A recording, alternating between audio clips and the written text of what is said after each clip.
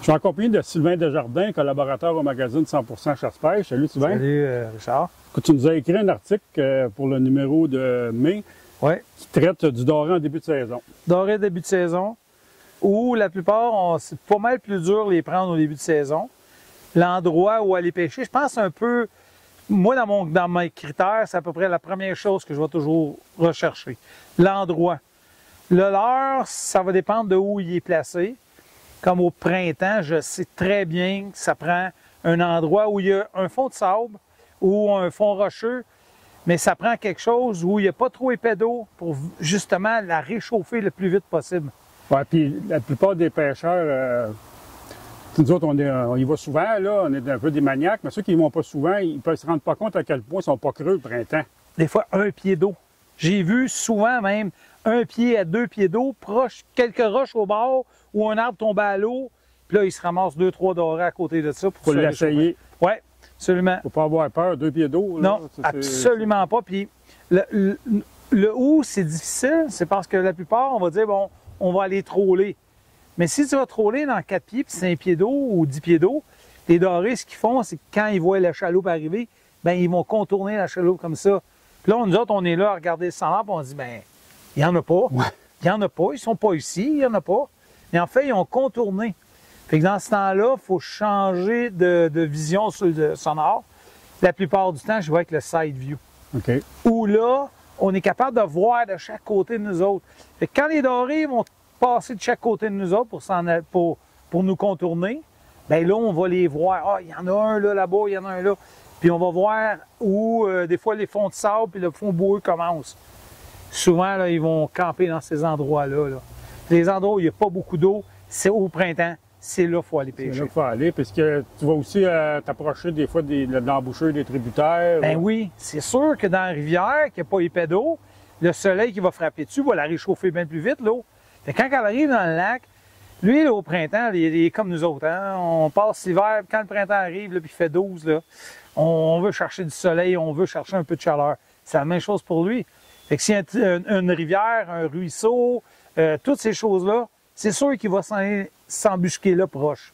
Non, ce que je voulais dire, Sylvain, c'est quand les dorés, c'est-à-dire quand le printemps est tardif, les dorés vont souvent être encore dans la rivière, vont souvent être encore proches des frayères. Puis si c'est au contraire, on a un printemps qui est très hâtif, bien là, ça va être une autre affaire. On va arriver là, puis les poils d'eau vont s'être réchauffés.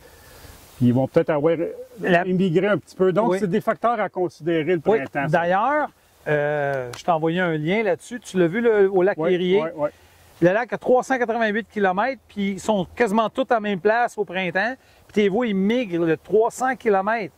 Alors, quand on parle d'un lac qui a, mettons, 1000 arpents, qui est quand même un assez bon grand lac, il y a une migration qui se fait durant toute l'année.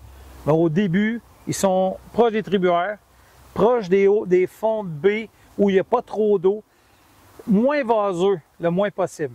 Les meilleures frayères, là, c'est les frayères où il va y avoir des roches de 6 pouces à 1, 2, 3 pouces, où eux autres peuvent déposer les œufs dedans et les œufs tombent entre les roches pour les protéger des prédateurs, comme les huitouches et ces affaires-là.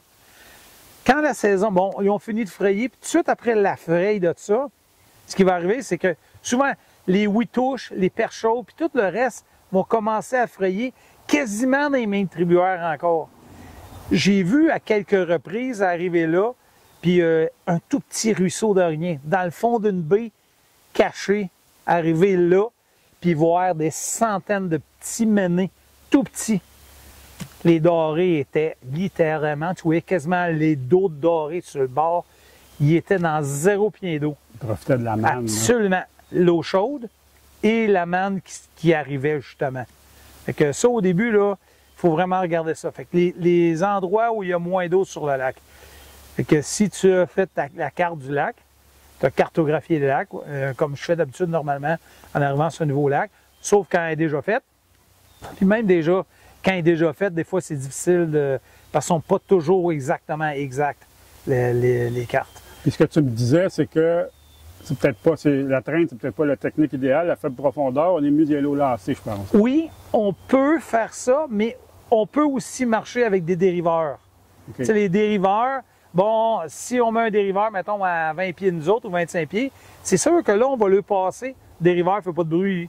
Ils vont leur passer au-dessus. Si tu mets un poisson nageur en arrière, ben, tu es sûr et certain que s'il passe.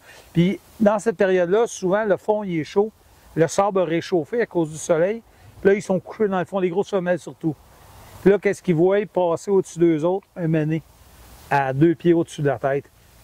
Écoute, elle ne passera pas l'opportunité de saut. Puis on s'entend que les gros dorés, c'est des femelles. C'est des femelles, la plupart du temps. Les mâles, très rare que ça... Écoute, j'ai pas vu c'est quoi les statistiques, là, mais 5-6 livres un mâle, là, ça doit être... c'est une femelle qui pèse 11-12 livres. Là. Fait que souvent, au printemps, comme ça, là, ça peut être un dériveur de fond ou à lancer, avec des jigs ou moi, mon leurre de mes leurres, des jigs à poêle. Justement, dans nos prochaines chroniques, on va parler de l'heure. Good. Ça marche.